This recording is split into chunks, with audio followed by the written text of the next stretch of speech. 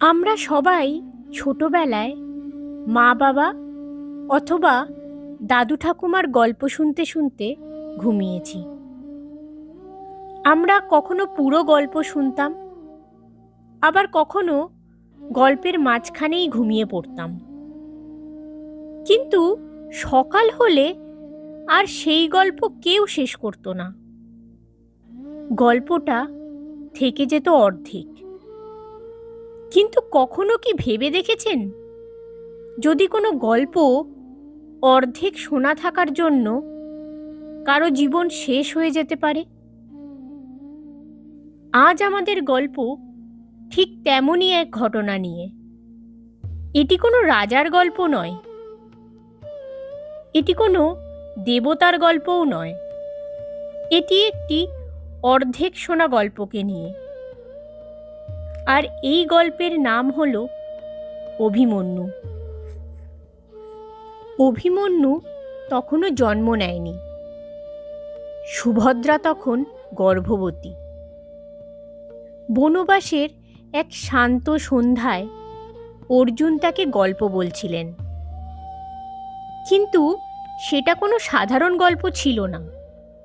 সেটি ছিল যুদ্ধের গল্প, চক্রব্যূহের গল্প।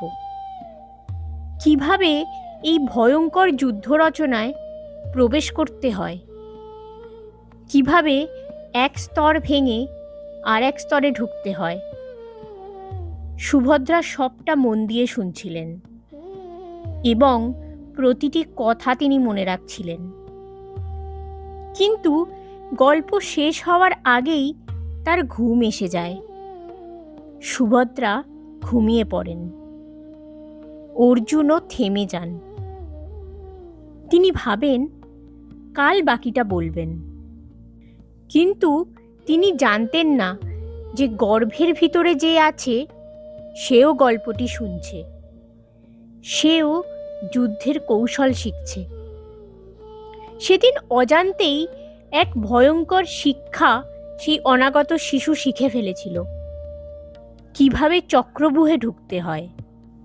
কিন্তু যেটা শেখা হয়নি সেটা হলো কিভাবে সেখান থেকে বেরিয়ে আসতে হয়। কারণ গল্পটি সেদিন শেষ হয়নি, আর কোনো গল্পই অর্ধেক থাকা নিরাপদ নয়। এই অসম্পূর্ণ শিক্ষাই একদিন অভিমন্যুর জীবনে সবথেকে বড় শক্তি আর সবথেকে বড় অভিশাপ হয়ে দাঁড়ায়। অভিমন্যুর জন্ম হলো। সে শুধু অর্জুন পুত্র ছিল না, সে ছিল সুভদ্রার সমস্ত পৃথিবী, কৃষ্ণের আদরের ভাগ্নে আর পাণ্ডব বংশের আশা। সে ভয় পেত না, সে পিছিয়ে আসতো না, সে প্রশ্ন করত না, সে শুধু এগিয়ে যেত।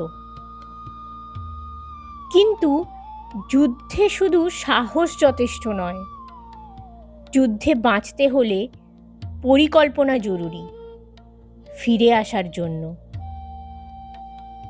সময় এগোতে থাকলো। কুরুক্ষেত্রের যুদ্ধ শুরু হলো। অভিমন্যু তখন অল্প বয়সী, তবু যুদ্ধ তাকে মুক্তি দেয়নি, কারণ যুদ্ধ বয়স থেকে হয় না। সেই গল্প তখনও অসম্পূর্ণ, কারণ যে শিশু অর্ধেক শোনা গল্প নিয়ে বড় হয়েছিল সে তখনও জানতো না এই অর্ধেক শিক্ষা একদিন তাকে কোথায় নিয়ে যাবে।